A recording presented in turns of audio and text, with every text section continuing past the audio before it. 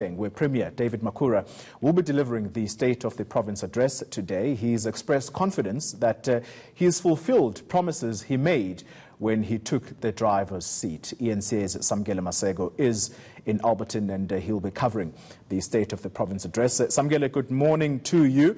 I'm told there's a bit of a delay between you and me, but let's attempt this conversation.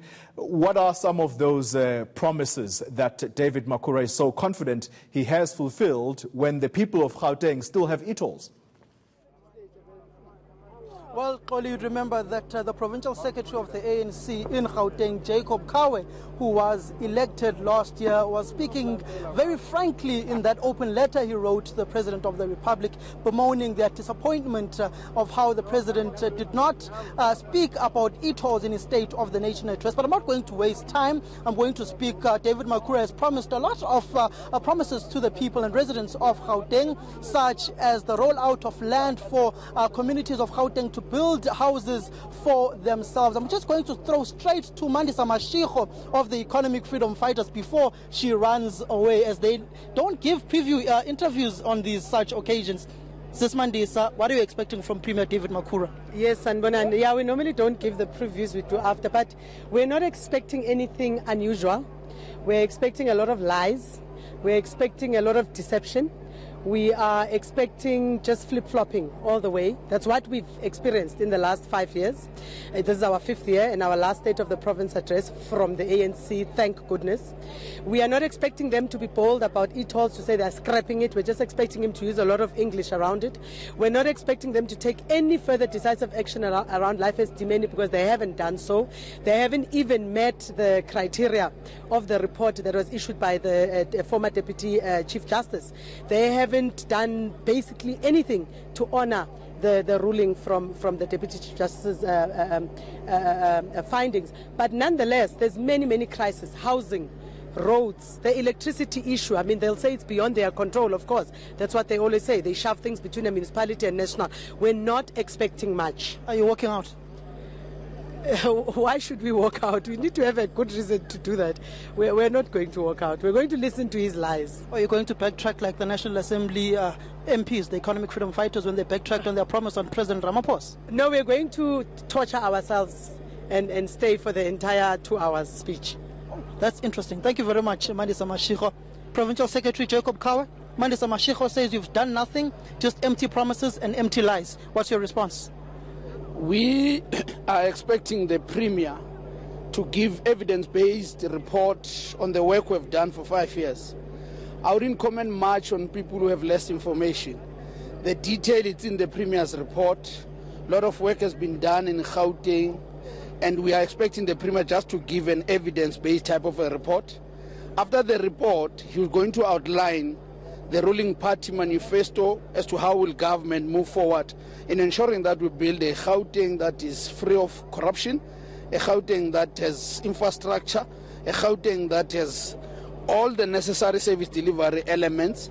We're expecting the Premier to speak to the people of Tshwane, the people of Johannesburg, who have experienced terrible service delivery since 2016, and how can we give hope to them.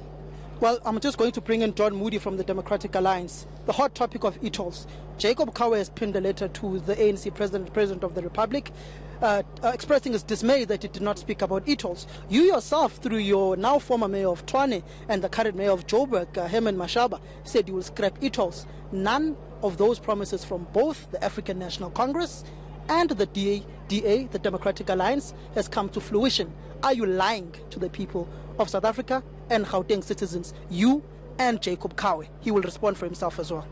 From a DA perspective, no, definitely no lying.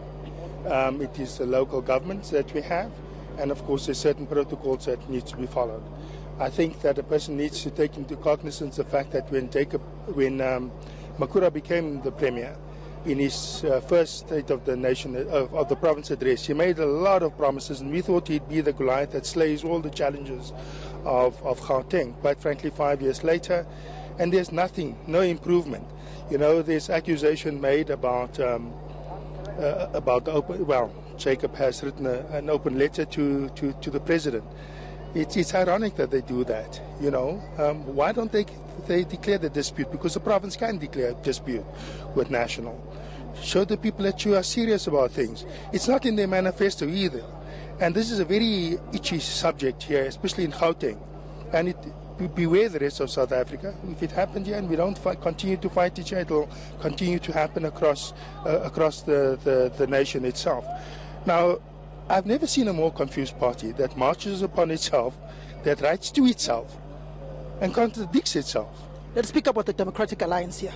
What are you doing to make sure that it holds are scrapped and there's proper governance? You've got a 1.2 billion rand scandal in Tshwane. You yourself are tainted in corruption, such as Jacob Kawe's organization. Is there a difference between the two of you?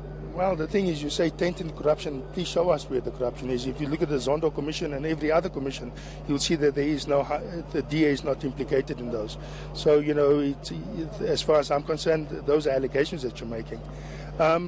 As far as e-tolls are concerned, as I've indicated to you earlier on, when we take over after the 8th of May, you will definitely see that we will be declaring a dispute with National. So there's no 1.2 billion rand corruption scandal in Tshwane, maladministration by the Auditor in General. Debatable. Jacob Kawe, you, Gauteng, e-tolls, are you practicing double standards there? We are out of time.